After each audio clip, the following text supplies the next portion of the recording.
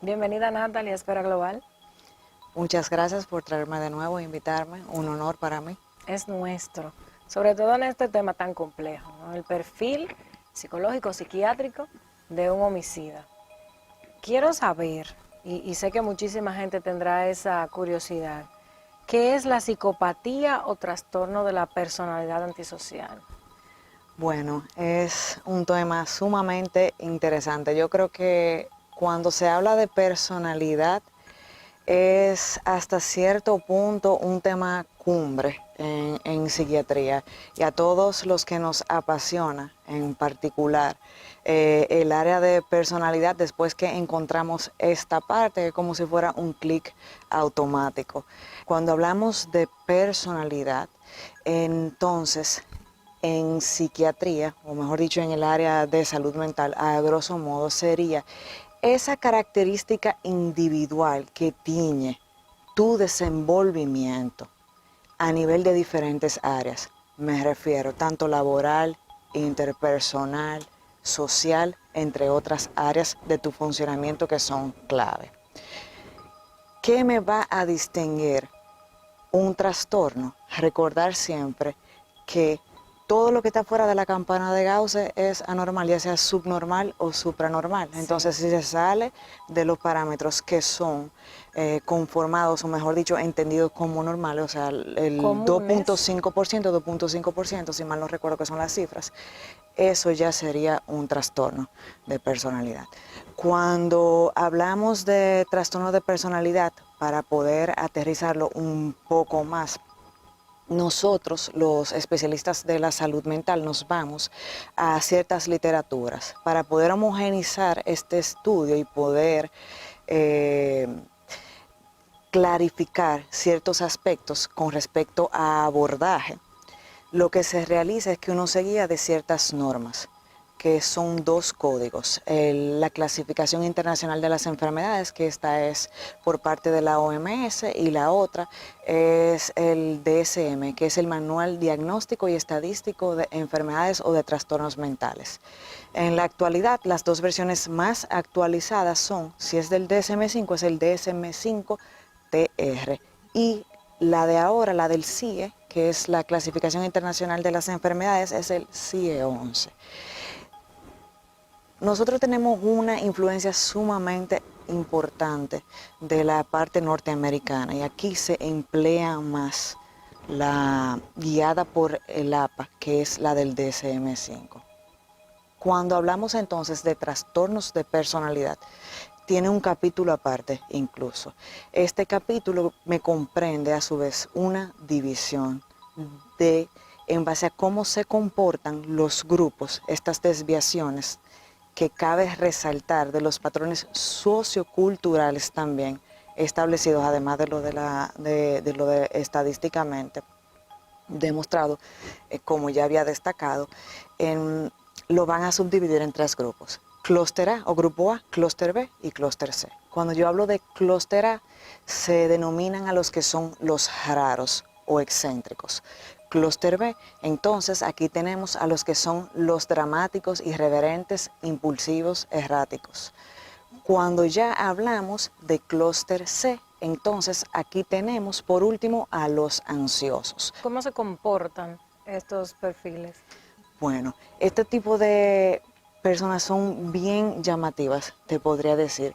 El histriónico es aquel que tiene un comportamiento más bien teátrico, tiende a tener relaciones más bien superficiales, enfocadas en la apariencia. En otro orden, cuando hablamos del trastorno límite de la personalidad, que ahora es sumamente común diagnosticarlo, es el límite, la gran simuladora, lo puede parecer todo y nada a la vez. Me refiero a lo siguiente, es la parte quizás un poquito como más elaborada y llamativa psicopatológicamente para uno, por lo menos particularmente para mí, además del antisocial. Y es porque tiene, como dice el doctor Guerrero Heredia, el termostato emocional averiado. Eso es una disregulación emocional, es como si tú tuvieras quemaduras de tercer y cuarto grado. A nivel emocional, en la sensibilidad no pueden controlar sus emociones. Cabe destacar Ahorita hablaríamos del antisocial y del narcisista, Sí. que cuando tratamos de estos patrones de conductas que son repetitivos y mal adaptativos, que por eso que también son trastornos, hay algo sumamente esencial que no necesariamente porque tú tengas ciertas características de esta personalidad, como por ejemplo particular, ya sea límite, histriónico, obsesivo compulsivo de personalidad, que eso es de clúster C, no necesariamente eso te hace digno de tú tener El diagnóstico. ese diagnóstico. Eso Eso es es muy otra cosa. importante, sí, porque Tú puedes tener rasgos, incluso dependiendo del tipo de teoría a la que tú te vayas, para poder comprender cómo es que se gestan y cómo evolucionan. Es bien diferente la variación porque tienen muchos tipos de influjos, ya sea de la parte misma social, de la parte misma humanística, entre otras. ¿y un antisocial nace o se desarrolla? Es lo mismo que la personalidad nace o se desarrolla, Ambas cosas. ambas cosas. Hay una parte de personalidad con la que tú naces y hay otra parte que se va desarrollando, porque nosotros no somos un constructo que viene totalmente con una moral implícita, que eso es otra parte. También se desarrollan los valores morales, la parte explícita, que es la parte del carácter, lo que uno adquiere per se con lo que llega aquí, ya sería más bien el temperamento, que se remonta incluso a tiempos de Egipto, Un el estudio. antisocial se presume delincuente. No necesariamente, No no esa era la necesariamente. pregunta. ¿Siempre un antisocial es delincuente o los homicidas o asesinos son antisociales? No necesariamente. Sí, en las personas que están encarceladas es más frecuente que hayan este tipo de trastornos, como por ejemplo el trastorno de personalidad antisocial, así como también el trastorno de déficit de atención e hiperactividad. Eso sí se ha documentado, pero que tú seas antisocial no necesariamente implica o que, ¿cómo lo puedo decir de la mejor manera? O sea, Que implica haya que una usted va tendencia a a delinquir, delinquir. no necesariamente. Y hay diferentes sabores de antisociales, porque un ejemplo diferente, el criminal de cuello blanco es un tipo de antisocial y mata más vidas, cobra más vidas que el criminal ya de bajo rango, Indirectamente, ¿no? Por sus indirectamente. acciones y los efectos a largo plazo. Muchas gracias, Natalie. Vamos a ir a una breve pausa de comerciales y retomamos el tema. Perfecto. Vamos a la pausa. Natalie Gómez en Esfera Global. Continuamos con este interesante tema, el perfil psiquiátrico de un homicida. Natalie, ¿cuál es la diferencia entre un psicópata y un sociópata? Como ya había mencionado anteriormente, incluso yo me puse a indagar porque es sumamente interesante el constructo bajo el que se basa esto. Para nosotros los psiquiatras y todo el especialista de salud mental, nosotros nos basamos en los manuales diagnósticos que anteriormente te había mencionado, e incluso en uno de ellos, que es el CIE-11, ahora lo sacaron y formaron toda esa parte nueva. Pero a grosso modo sería solamente trastorno de personalidad antisocial. Para poder entenderlo y de manera común, lo que han hecho es dividir entre sociópata y psicópata. Psicópata, yo te diría que más que darte una definición, te diría que sería uno más parecido a Hannibal Lecter, al doctor Hannibal Lecter. Ok, terrible. Así, es el refinado, el calculador, el que no tiene ningún tipo de empatía.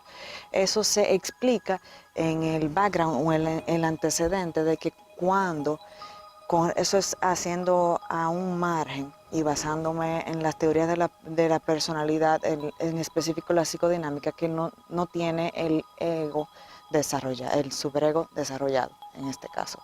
Con respecto a la otra parte, que es el sociópata, ya es con respecto a la misma sociedad el daño. Es más de cabeza caliente, el otro más de cabeza fría. planificador, asentimental. Sí.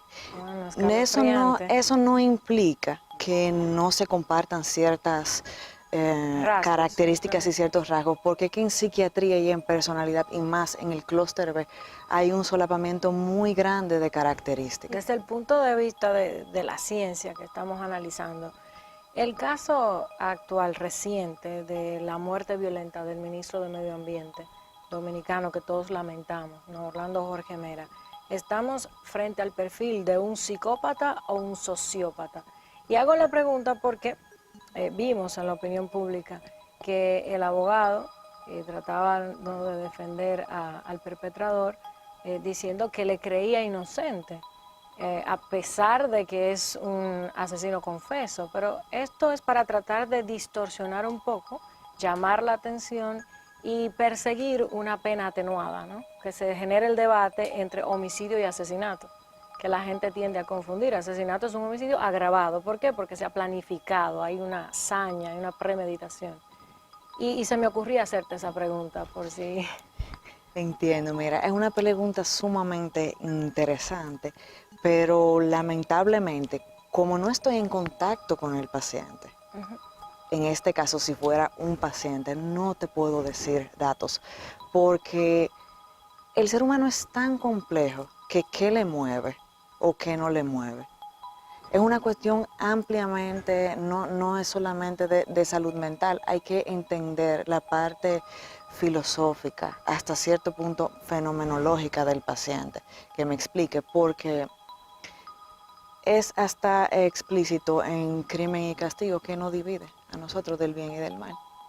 Sí, y se me olvidaba comentar, no solamente atenuar y establecer este debate entre asesinato y homicidio, sino también es como la muletilla de algunos abogados y de los perpetradores también hacerse los locos, ¿no?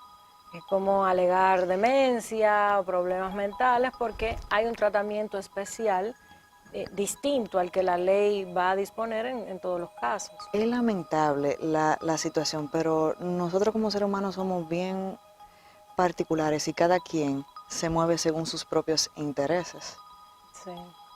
y O la sea, realidad no que los envuelve. necesariamente tiene una Y no patología quien necesariamente, comete un acto violento. no, incluso los actos violentos, por lo menos con respecto al área hospitalaria, se ven más frecuentemente en personas que no tienen condiciones de salud mental. Nosotros lo hemos visto, o sea, es lo mínimo. ¿Cómo la psiquiatría aporta claridad y valor al proceso judicial a la hora de determinar estos perfiles? Es un rol sumamente esencial y hasta cierto punto paradigmático, y ha sido un honor que el derecho se valga de nosotros en una comunicación bidireccional, porque hay partes que entrañablemente solamente quien estudia la conducta humana puede determinar Así en es. caso de. Ahora bien, en momentos en los que hay que determinar en elementos tales como capacidad, no necesariamente una persona que tenga esquizofrenia va a cometer un acto en medio de una psicosis. Hay diferentes momentos y hay que valorar la parte de la capacidad. Que una persona esté aquejada de una condición de salud mental no me habla estrictamente de que la persona tenga o no capacidad para realizar o no un acto de crimen. Entonces puede que un psicótico que se encuentra estable se convierta en un homicida y que tenga capacidad en ese momento, porque no estaba en un cuadro psicótico. Exacto, habría que valorar en base a la situación en particular del paciente, porque si nos vamos a la parte psicótica, la enfermedad clásica de nosotros y de la psicosis es la esquizofrenia.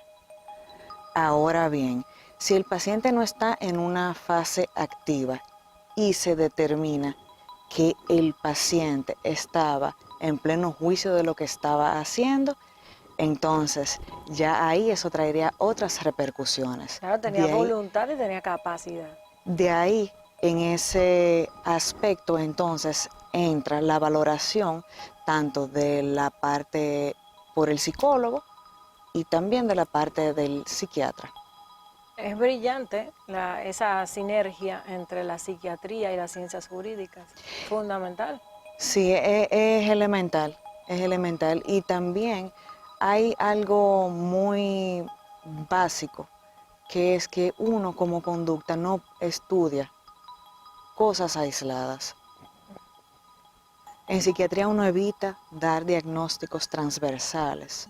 Uno trata de dar diagnósticos, o mejor dicho, abordajes a nivel longitudinal. ¿Cómo puede una persona mantenerse mentalmente sana?